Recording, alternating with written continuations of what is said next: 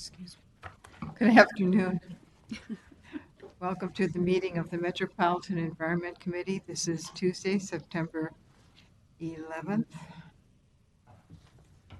Always want to pause when I hear that date. I'll call the meeting to order. First item on the agenda is approval of the agenda. So move. Second. We have a motion and a second. All those in favor, please say aye. Aye. Opposed? The agenda has been approved. The next item on the agenda is approval of the minutes. Were there any changes or corrections? Nope, I'll move the minutes. Second. I have a motion and a second. All those in favor, please say aye. Aye. Opposed? The minutes are approved. Now we move to the business section of the meeting. 4 items this afternoon. The first is 2018-239.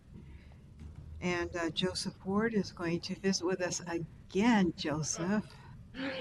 And he's going to review the Metro and Seneca Ash Transport and Disposal Contract. Thank you.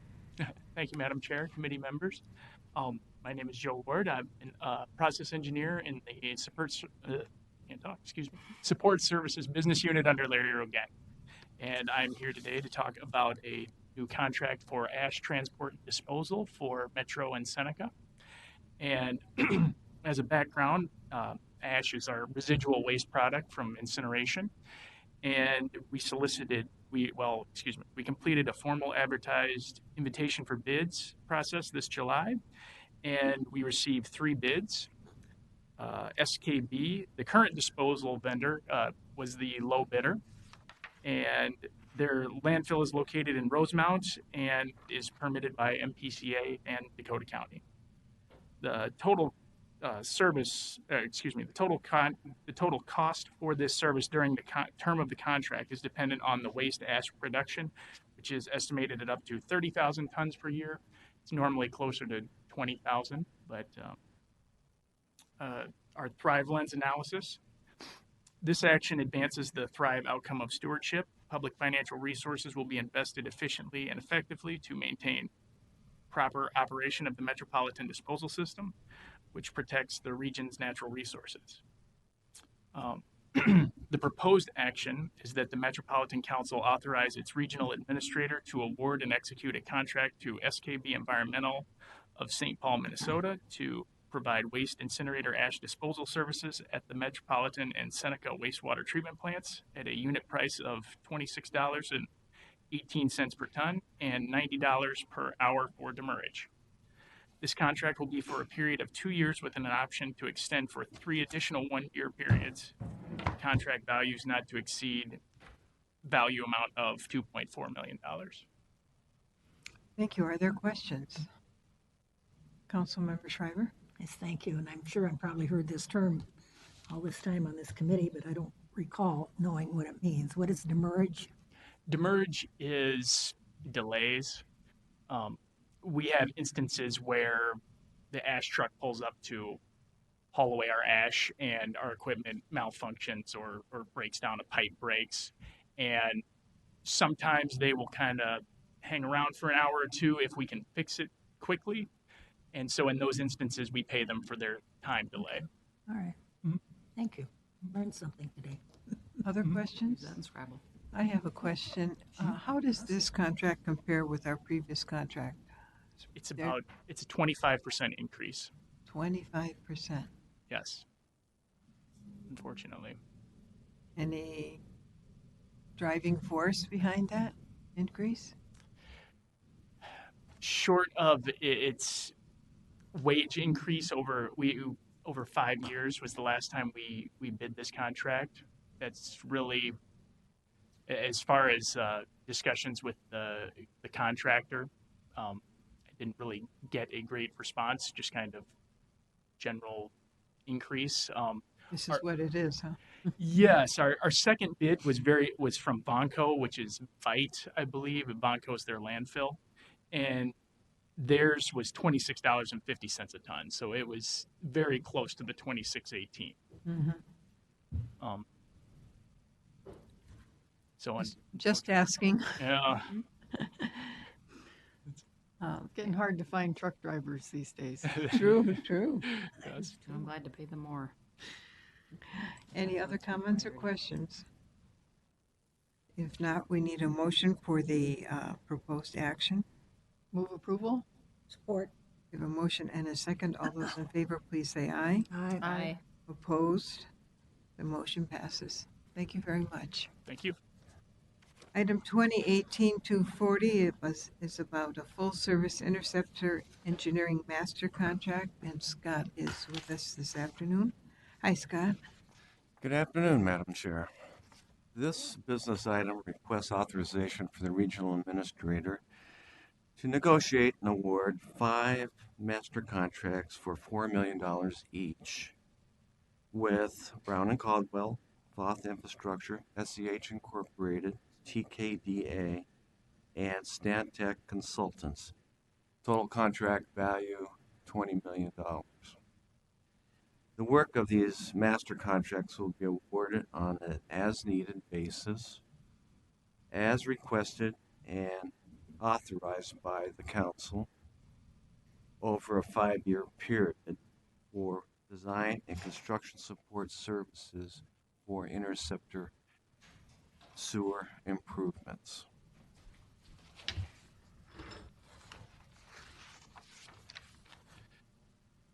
Our authorized capital program for interceptor system improvements, that includes pipe, metering, lift stations, odor control. Work is estimated at $660 million, of which $440 million is for interceptor gravity sewer and force main improvements. The proposed $20 million in master contracts is necessary to produce bid documents and support construction inspection for the interceptor gravity sewer and force main improvements. I'm sorry, Scott, you said what kind of documents?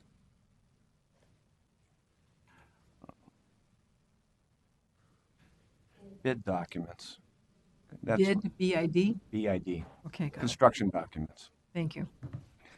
It represents about 4.5% of the estimated capital expenditures. The contract scope is summarized as follows. It's a full service engineering contract. All engineering disciplines are covered, and it covers the preparation of bid documents for interceptor projects. It also covers construction services, including shop drawing review, contractor request for information. The consultant will have to respond to those questions. And construction inspection. They'll provide staff for the field inspection of facilities when they're constructed. Are those awards, they're all the same amount? As the needs arise, are they used equally, or do they all use them up equally, or how does this? Madam Chair, the contract values are all equal at $4 million, and an effort will be made to level the assignment of work, but often certain consultants have special skills that we'll want to utilize. So I can't promise they'll be all exactly equally distributed, but Just we'll curious. make every effort to do so.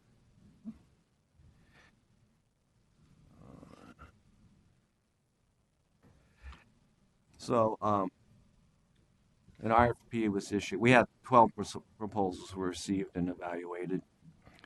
There was a panel of, I think, at least 5 of us, and it included outside members. The RFP anticipated up to 5 contracts with a total of $20 million. And the panel recommended awards, 5 contracts, equal value to the firms I mentioned before. Firms were the highest ranked and provided the best directly related expertise and experience. And this contract is for how long? 5 years. 5 years. Award of these contracts will provide assure that financial resources are invested efficiently and effectively. This streamlines the award and our conduct of the design work. We don't have to bid individual projects, or not bid, but go out for RFPs for individual projects. And then regarding sustainability, we'll be able to maintain our system in good operating condition and to extend their asset life as well as protect the environment. And in summary, the proposed action is that the Metropolitan Council authorize the regional administrator to negotiate and execute 5 master contracts for $4 million each with Brown and Caldwell, Foth Infrastructure, SCH Incorporated, TKDA, Stantec Consultants, all totaling $20 million. The work from these master contracts will be awarded on an as-needed basis as requested and authorized by the Council for a 5-year term for the design and construction support of interceptor sewer improvements. And are there any questions? Committee members, questions? Such straight faces. If Move there are, move if there are approval? no, thank you, Wendy. We have a motion and a second. All those in favor, please say aye. Aye. Opposed? Scott, do we ever, these are, here, I've been here long enough now. If we have these 5-year, 2-year, 3-year, do we ever at the end of that 5-year or 2-year or 3-year period come back to the council and say, well, this was a $20 million contract. Over 5 years, we used 18 million. Do we ever do that? Madam Chair, occasionally we have ongoing work that we don't want to interrupt, and we may propose a time extension on a contract where it would impact the work. But normally we don't like to go beyond 5 years. But if the 5 years is up, and if we haven't used up the whole dollar amount of the contract, have any of you ever had this question? I mean, do we always use it right to the limit? Or do we usually have to extend and go over? Madam Chair, no, we don't always use the full contract. But Thank you. I'd be curious sometime to know how these contracts finish up. Madam Chair, we can provide. Thank you. Thank you, Scott. Are you on the next one? No. The next item, 2018-241, is the ratification of declaration of emergency for the West Metro odor mitigation issue. And Scott and Janine are going to. I see. What did I do? I did cancel. There we go. All right. Madam Chair, members of the council. Thank you. You want to try? I apologize for the map that's before you. Because this is an emergency declaration, we were working on this as a rather tight agenda time frame last week, so the map isn't as clear as we would typically like to have you see. What the map before you shows is the location of the confluence of 1MN 310 and 1MN 340, and now wastewater is conveyed across the river through a multi-barrel siphon to the Minneapolis-St. Paul Interceptor 100 to the Metro plant. To the south on that map is Lake Street, the Lake Street Bridge, and immediately west you see that curved line that is West River Parkway, and on the east, of course, is the Mississippi River. So in the fall of 2017, the council commissioned a carbon vessel odor control facility to address foul odors that we were experiencing in the area.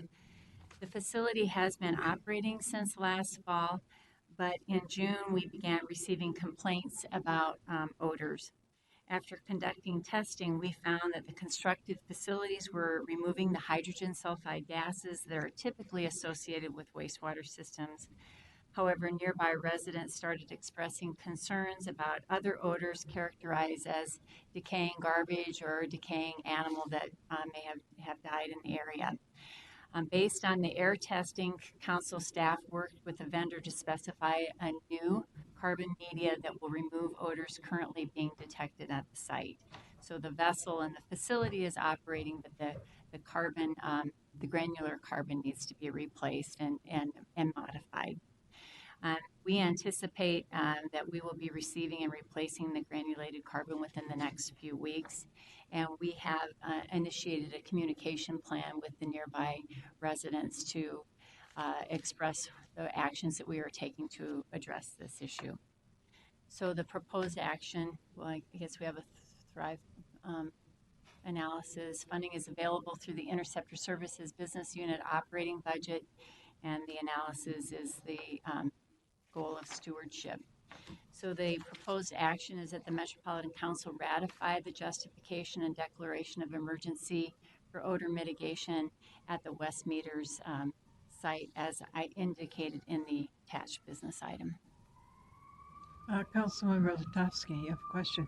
I do. I want to make the motion, but I also have some comments because this is not only my district, but this is my neighborhood. This is like the dog walk part. And I was just talking with some people over the weekend, some friends, and they were like, "What is that building anyway?" And I'm like, "It's an odor mitigation thing." And they're like, "Well, it's not really mitigating the odors." So it was sort of ironic that when I, went through the agenda and the staffing that this is still needs some work. So thank you for doing that. Yeah, quick, prompt. Councilmember McCarthy. Madam Chair. I'm curious, what will the new carbon mixture take care of? You want to respond, Scott? Madam Chair, the present mixture is basically activated carbon, and it deals primarily with hydrogen sulfide gases. And when we did our analysis of the gas, we determined that there were some methyl mercaptans and other compounds that hydrogen sulfide, the regular carbon, doesn't treat very well. It'll treat it slight amounts, but it won't treat anything substantial. So we need a new mix of carbon that contains potassium permanganate. I think I said that right. And that will break the bonds of these mercaptans and thereby treat the odors there, or the dead animal smell. The dead animal in the pipe. Well, Do we have a price tag on this yeah. effort? Madam Chair, members of the council, at this point, we have an estimate of $200,000, and we believe it will be well below that. But at this point, I wouldn't want to vary off of that estimate. Thank you. Other questions or comments? Councilmember Wolf? Thank you, Madam Chair. So does what's going through this pipe have sort of a little different characteristic than what we do in our others, or how did we end up missing which kind of thing to put in there? Madam Chair, I don't know definitively, but this is my theory. We had sulfide odors, substantial sulfide odors that we were treating with carbon, and I think they somewhat masked the mercaptans underneath. Once we treated it, the carbon's removing the H2S very well.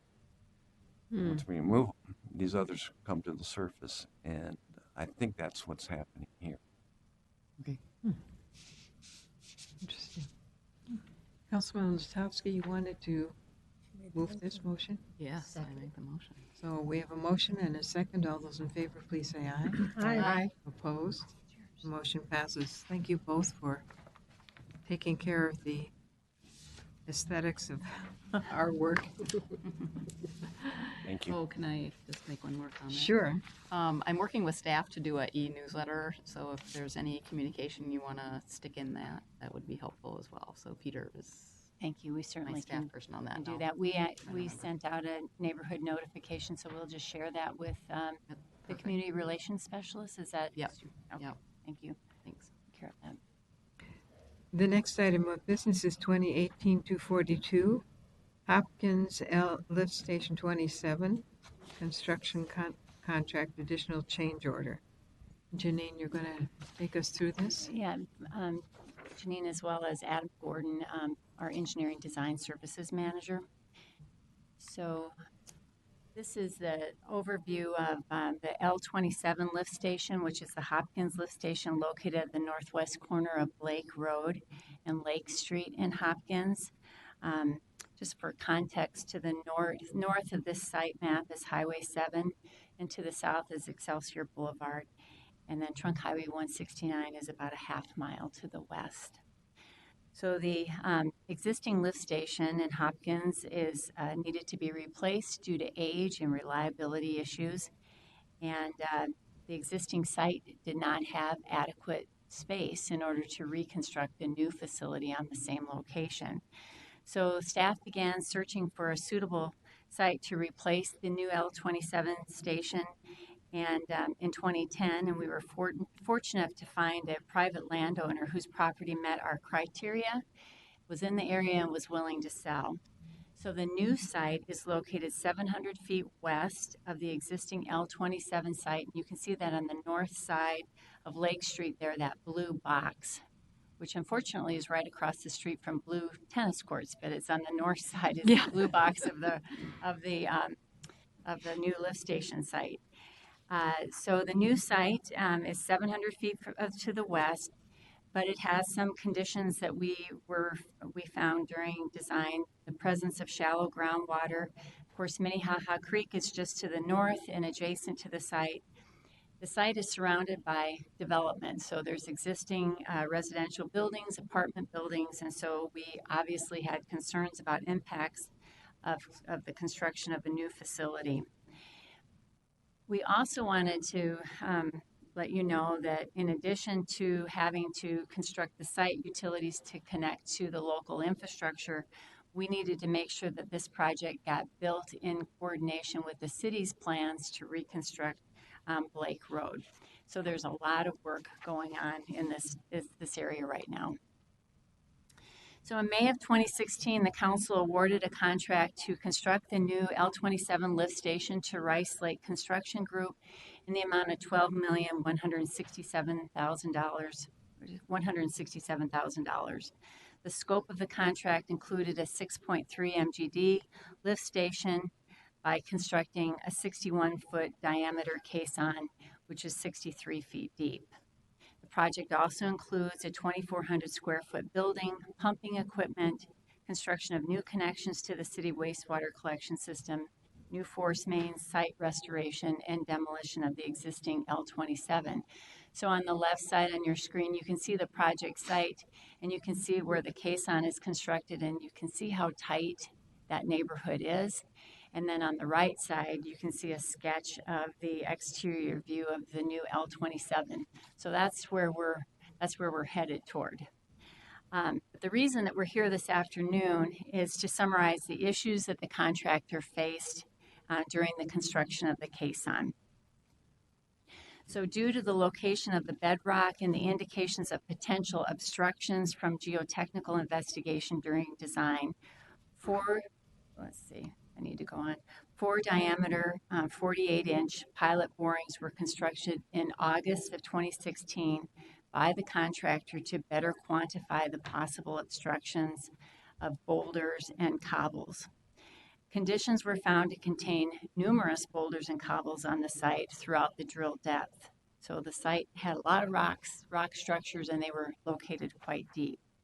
The engineering staff selected to use an option within the contract bid to pre-drill the entire circumference of the caisson in an effort to clear out the obstructions. So on the left side, you'll see the diameter of the caisson, and then you'll see the pre-drilled caisson layout. So all those little circles around the perimeter are in fact what you see on the right side is the existing the 72-inch steel casing that's being drilled.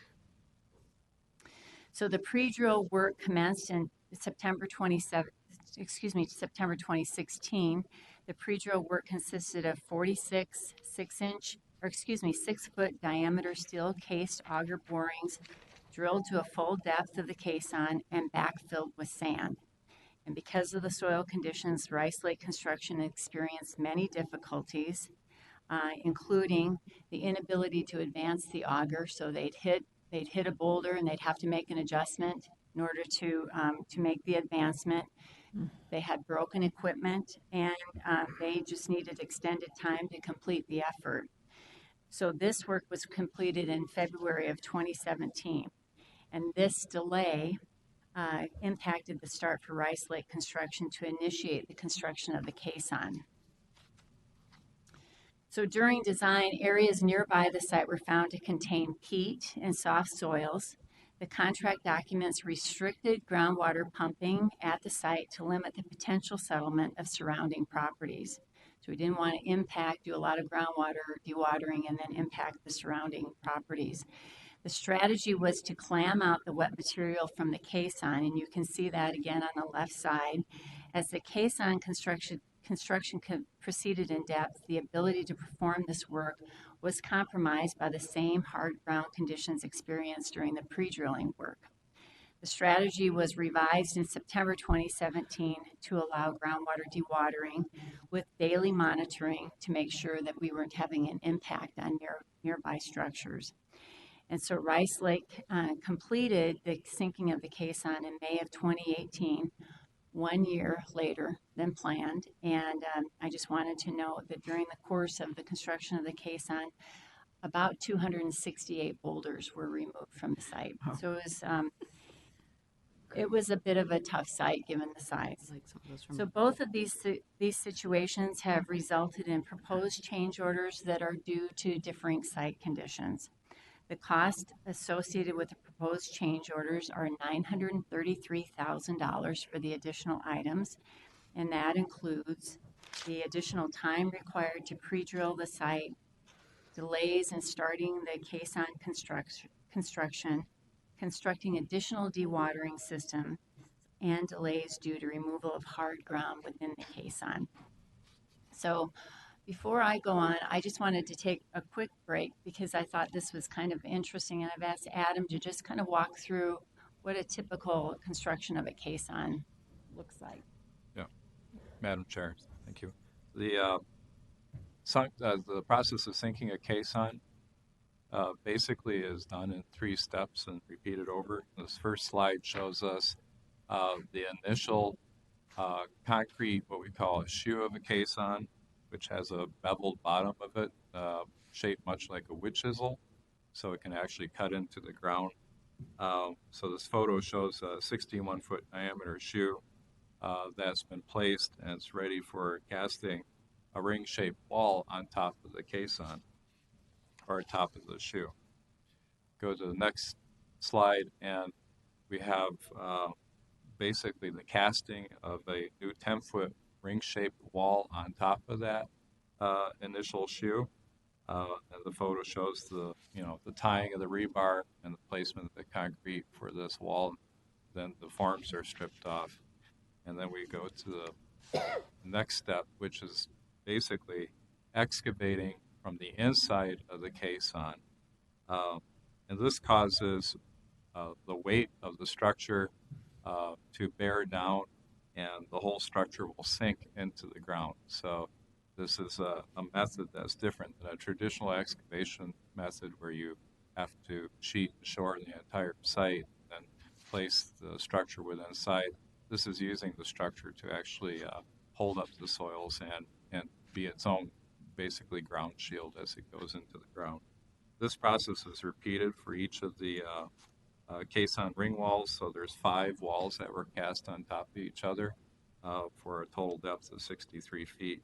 The walls were placed, the caisson was sunk, and there's walls that were cast in place and floors cast during this last summer.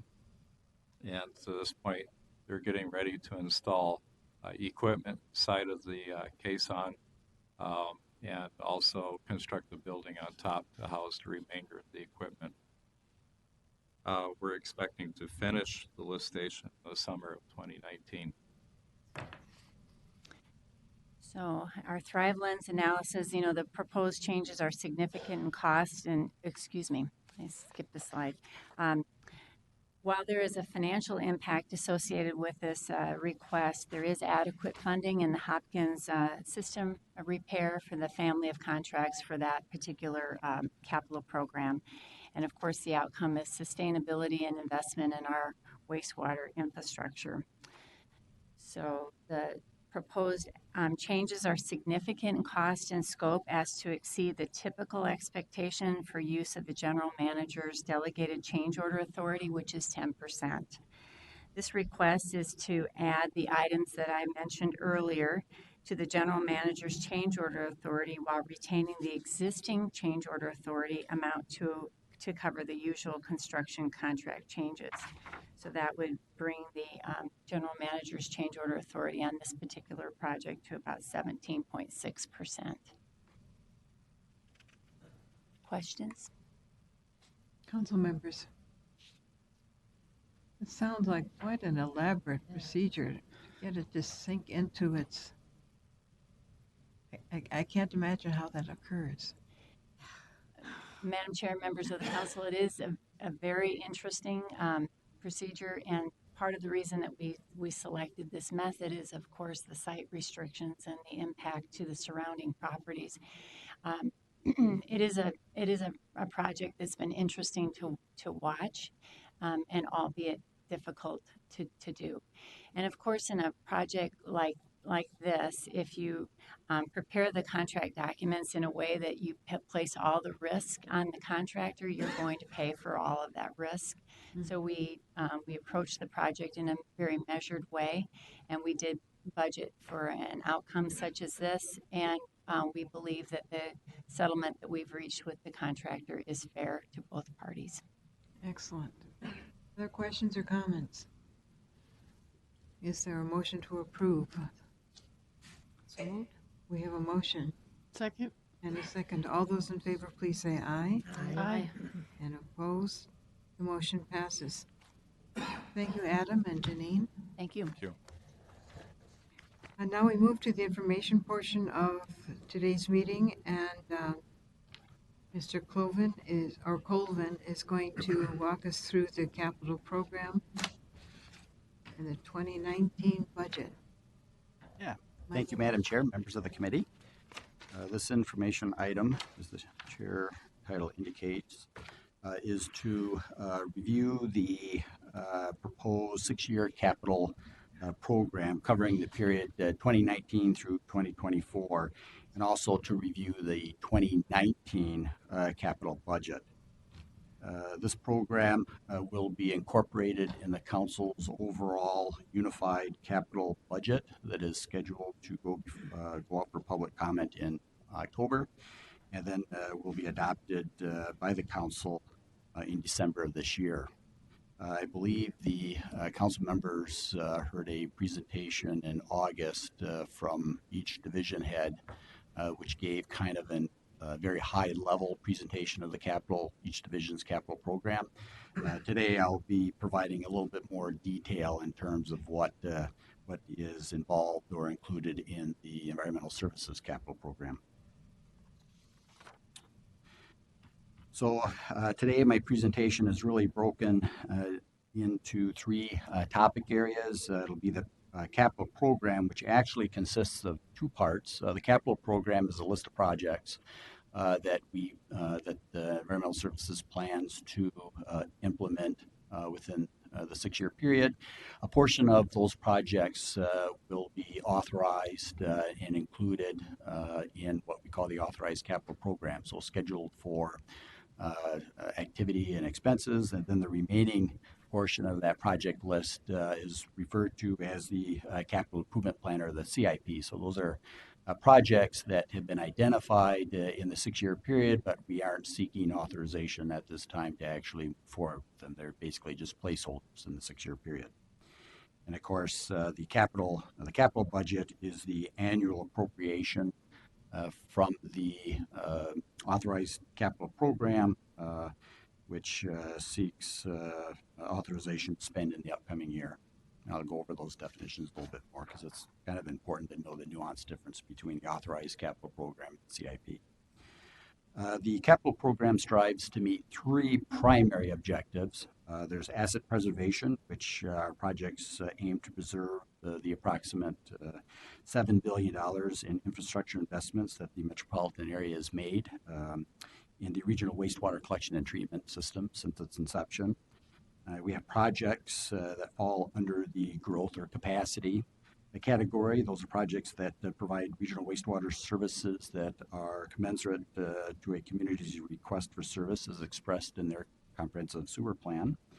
And then there are projects that fall under the quality objective, which are projects that reinvest in the regional system to make performance improvements in response to regulatory requirements, cost savings, and safety. And then new for 2019, we've added another new objective, a fourth objective, which is for reuse. These are projects, there's currently 2 projects that fall under this objective, and they're projects that don't neatly fall within any of the 3 other objectives. So this year we've included a fourth objective for reuse, and I'll go into those a little bit in detail later. But basically, one of them is the Southeast Metro Water Reclamation Facility. I think you've heard about that previously. I'll cover that in more depth a little bit later on. And then also planning activities that are associated with the Crow River Reclamation plant. That's a proposed facility up in the city of Rogers. So again, just to kind of reiterate the definitions, the capital program is a list of projects, some of which we're seeking authorization to spend money on. It's a multi-year authorization from the council. Funding for these projects have been identified and secured by virtue of either identified through PFA funding or bond sales, and in some cases we have PAYGO that we use to finance some of these projects. And then, of course, the balance of those projects that do not fall under the ACP or the Authorized Capital Program are projects, again, where the funding sources haven't been identified, but they're basically placeholders. So in future years, when the timing and the need for those projects come up, those projects will then get into the Authorized Capital Program or the ACP. And then again, the capital budget is the amount from the ACP that the council approves to be spent in the upcoming year. In the next 5 slides, I'll be covering the proposed 6-year capital program and its components. The capital program includes investments in both our wastewater treatment facilities and in our conveyance systems. The project identified in the 6-year capital program include major projects at our Blue Lake, Metropolitan, Empire, and Seneca treatment facilities, as well as planning activities planning and design activities for a new treatment plant in Hastings, as well as the aforementioned Southeast Metro Water Reclamation Plant. The program includes solid improvement projects at Blue Lake, Metro, Empire, and Seneca treatment plant. They also include asset renewal projects and rehabilitation and facility improvement projects at the Metro plant.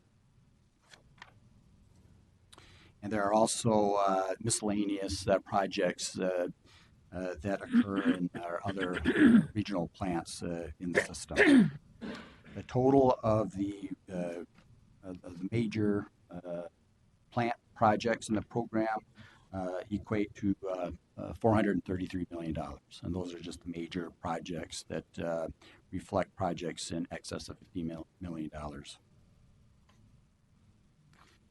Of course, we have projects also identified in the capital program that include improvements to our conveyance systems throughout the metropolitan area. Many of these projects reflect continued emphasis toward asset renewal, as they have in previous years. The capital program improvements interceptor system includes regional improvements to the regional systems in the cities of Minneapolis and St. Paul. Those projects in those 2 cities alone equates to about $190 million over the 6-year period. We also have interceptor conveyance project improvements at the Blue Lake system, Bloomington, St. Bonifacius, lift station force main rehabilitation projects there. We have improvements scheduled for Brooklyn Park and Champlin, including the new lift station 32 project. Projects in Coon Rapids, Fridley, initial planning activities for design for improvements to the joint interceptor, and then various improvements in our lift station and meter facilities across the region. The major projects that occur in the interceptor system, they equate to about $440 million over the 6-year period.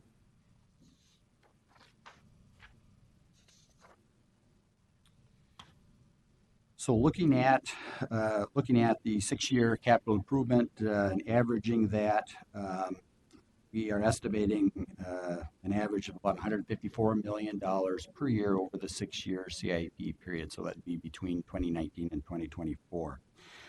If you compare that to our historic record between 1970 and 2017, expressed in today's dollars, 2018 dollars, that 154 over the next 6 years equates or compares to a past expenditure of about $145 million. So it's very close to our historic spending. And for 2018, we are currently projecting ending the year with about $122 million of expenditures. And I'll go into a little bit explanation of why that appears to be a little bit lower than the historical record. Also, it's important to note that even though the $154 million is based on our estimate of cash flow needs in the capital program, it's important to note that we typically spend approximately 85 to 95% of what we're projecting in any given year. So if you take that $154 million and multiply by 90%, you come up with about $140 million, which again falls very close in line with our historical spending level of $145 million.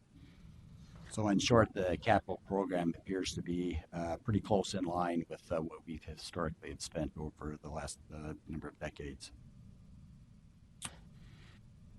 In terms of the breakdown of project objectives for the 6-year capital program or the approved capital program, this chart depicts the expenditures by project objective, and you can see here that we are proposing that preservation makes up the vast majority of our projects in the program at 82%, system expansion at 8%, system improvements at 7%, and again we have that new objective for water reuse, wastewater reuse at 3%, and the 3% actually represents those two projects that I referenced earlier. It includes a total of a $27 million expense related to the Southeast Metro Water Reclamation Plant and $15 million for planning and design activities related to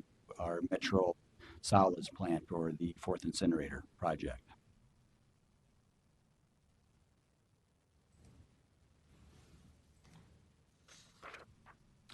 In terms of the 6-year capital expenditures broken down by project type, the program represents about a 50-50 split between treatment plant and interceptor projects.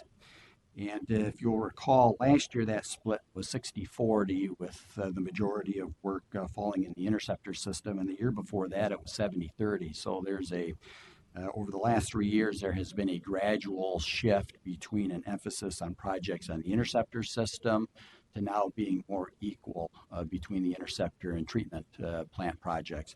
And that essentially is being driven by the fact that in the 6-year program, we have $27 million for the water reclamation plant down in Rosemont, plus the design and planning for the solids 4th Incinerator Project. So those two projects has, for the most part, driven the shift that we historically seen between the majority of the focus being on the interceptors, now more of an even split.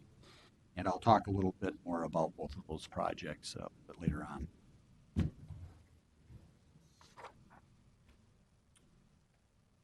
So I'll highlight in the next 5 slides the 2019 authorized capital program and the adjustments that went into what we're proposing for the next 6-year period.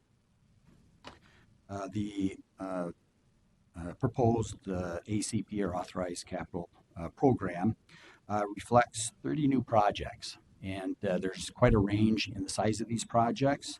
About half of those projects fall within that $1 to $5 million range.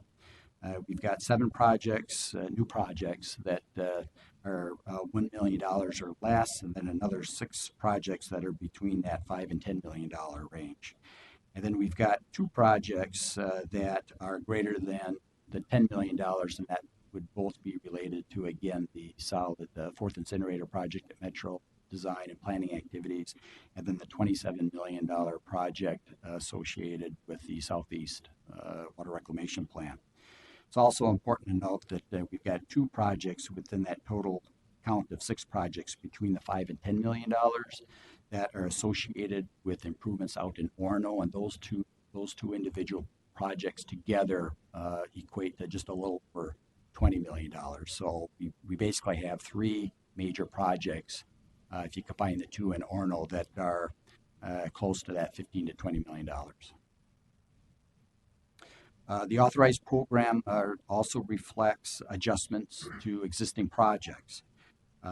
When additional project needs are identified through condition assessment or facility team suggested improvements, we make adjustments to the project list and timing. We also, through design and planning, when we have refined project estimate costs, we update those costs in our cash flow projections, and that has an impact on what we're requesting in the ACP.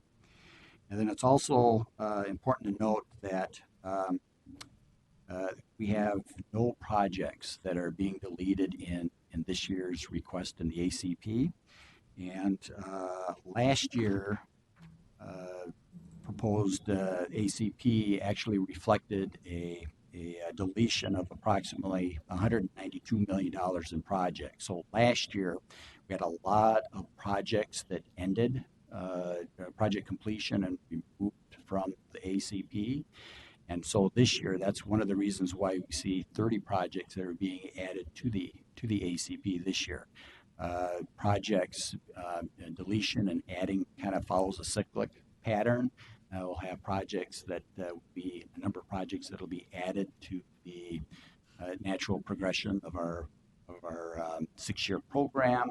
And then at the end of that 6-year program, through the duration of that program, a lot of those projects will fall off. Then we'll add another a number of projects in the process, and that's kind of what we're facing here this year, is adding 30 projects after following up on a number of projects that were deleted.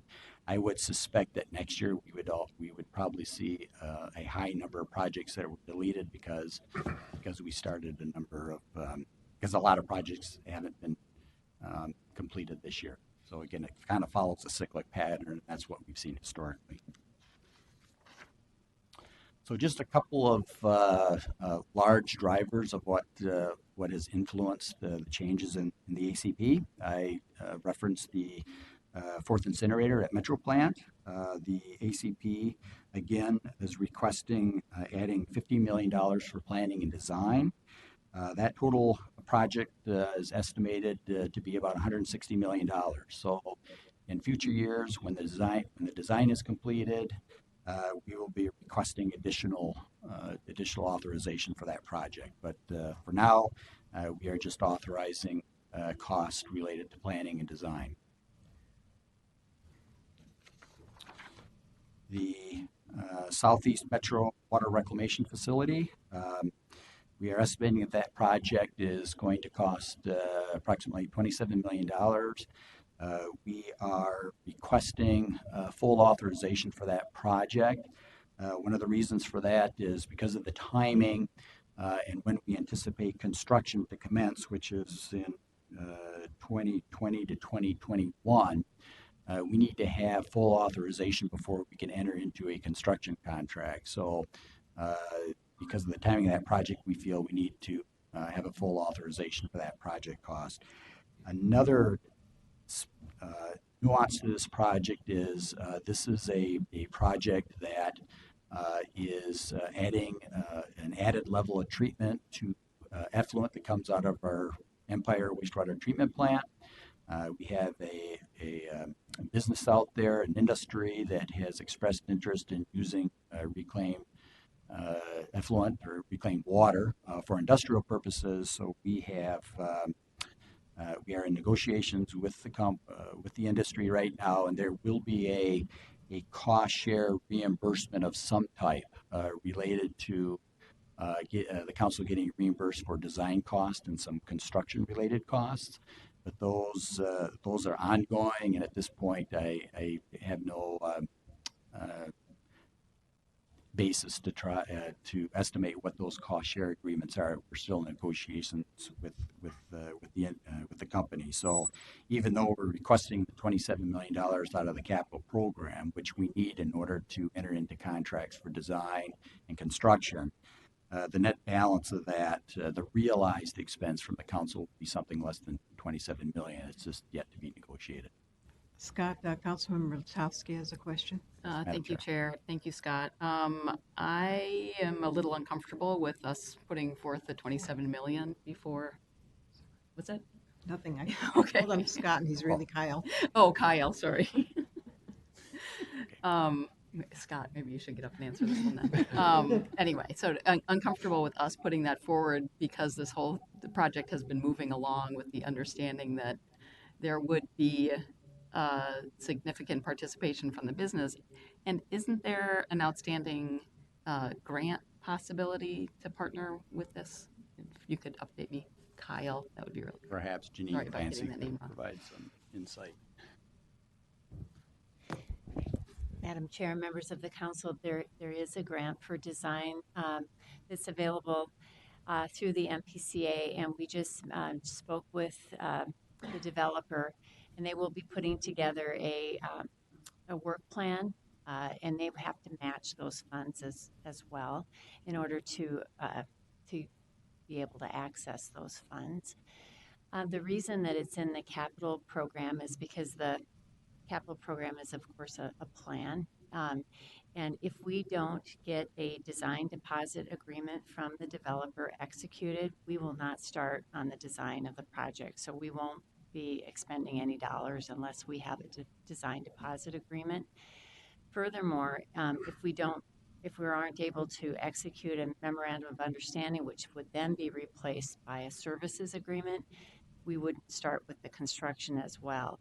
So the program anticipates for the purposes of our planning that we will have a project, but the project in fact would not go forward, and you're not approving the project by including it in the capital program. It's simply a planning document. Okay. I hear the explanation. I hope it's true. I I don't know if. Anyway, we'll see, and we'll try to keep on top of it Sure. as it comes Madam- forward. But Madam it's like Chairman. moving ahead without these Yeah. other things that Sure. were sort of promised. And at what point can staff just do it without Right. our authority? Yeah. So, Madam Chair, members of the council, a couple of things. So, you did approve the negotiation of a memorandum of understanding and the negotiation of a design deposit agreement. But on those documents, we indicated on both of those documents that we would bring those back to you before they are finally executed. You would also have another step in terms of the construction document itself. The construction contract always comes back to the council as well before it is authorized.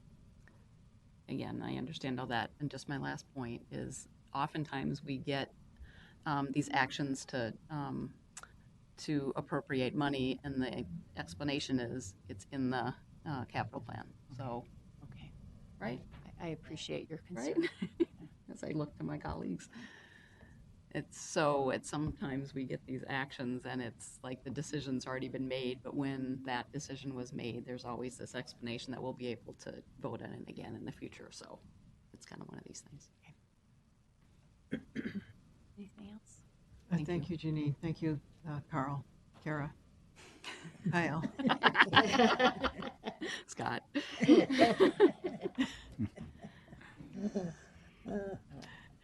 And then the last large project I had alluded to earlier is the two projects related to the Orono area improvements. There's two projects. One project is related to lift station improvements related to our L44, 45, and L59 facilities. And then another project that is related to their associated force main improvements. These two projects total $19.7 million and covers planning, design, and construction costs. So in summary, the current authorized capital program stands at $938,230,000 through a number of adjustments that I explained earlier with project scheduling and revised cost estimates. We're proposing to reduce the current authorization by $89.7 million. The 30 new projects that I described earlier adds to the ACP $128.7 million. And then close there are, as I indicated, no projects that we are eliminating from the current ACP. So with those adjustments, we are proposing a 2019 ACP authorization of basically $977.2 million. And then in terms of the capital improvement plan, basically the adjustments to the CIP, which again are those projects where we're not at this time seeking authorization to spend money on. However, many of the projects that I referenced earlier came from the CP, from the CIP. So by moving some of those funds from the CIP, it adjusts what the total CIP amount is. And I basically won't go into any detail on that. Just basically the stuff that I covered earlier. So then the proposed 2019 capital program, as we're proposing, includes a total capital program cost of approximately $1.3 billion. That's up about $20 million, I think, from last year. That breaks down into an authorized capital program of $977 million in the authorized program, and then $297 million in the capital program, or the CIP. And then for next year, the 2019 authorization is estimated at $156 million. And these numbers will now move forward, be incorporated into the council's unified capital budget that will be presented, I believe, in October to the council. And then just in summary, the next year's capital budget reflects 87% projects that fall under the preservation category or objective. If you recall, the 6-year percentage was 82%. So, and again, the fact that next year's projects reflect an 87%, it just reemphasizes the fact that we are still focusing, at least in the early part of the 6-year period, on asset preservation. Also, you'll notice that the system expansion is at 6% and improvement is also at 6%. And then that reuse percentage went from 3% under the 6-year program to simply, drops down to 1% for next year's objectives. And that's because that's reflective of the fact that we're just entering into the planning and design phase next year, that the actual construction expenses won't be realized until 2020 to 2021. Then the last slide here, just from a capital program schedule. As I indicated, the council members heard from the division heads on kind of a very high level program update. And then, of course, today, reviewing more detailed aspects of the MCS capital program. Then in October, the council will approve and release the unified operating and capital budget for public comment. And then on October 24th, the public comments will be received and presented to the council along with the draft budgets for adoption. And then the formal adoption of the unified operating capital budget and levies by the council is always scheduled to occur at its last meeting of the year, which I think this year is December 12th. So with that, I can answer any additional questions. Are there additional questions? So what is our proposed actions, Kyle? This is an informational item, Just information, so no action required today. just to give you the big numbers and a lot. They are big numbers. They are big numbers. Thank you very much. Thank you. Oh, Councilmember Wolf, I'm sorry. Thank you, Madam Chair. I just had a comment.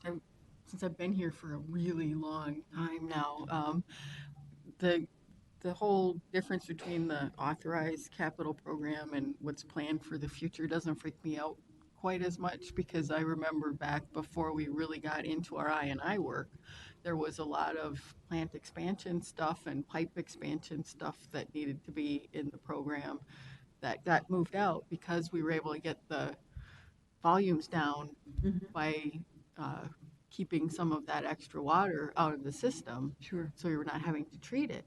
The interesting thing now is having to do all of these solids projects, because even though we've kept the water out, we have more people and we still have more people making more solids.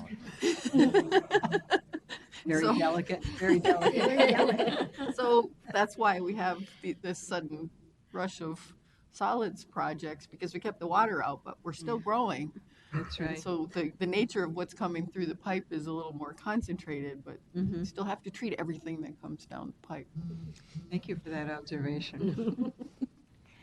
You know, Kyle, just putting things together, so we send our ash, it's SKB?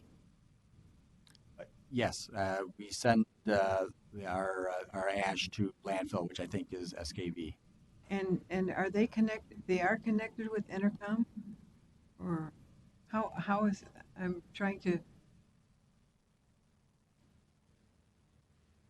Madam Chair and members of the council, in our phone call last week that we had with Intercom, they may or may not proceed with a site owned by SKB. I see. There are a couple of sites in the same location that Intercom is considering.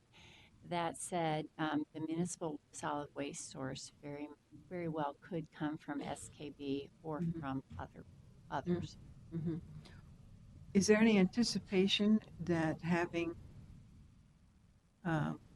another way, a way not to use landfill, that we might reduce costs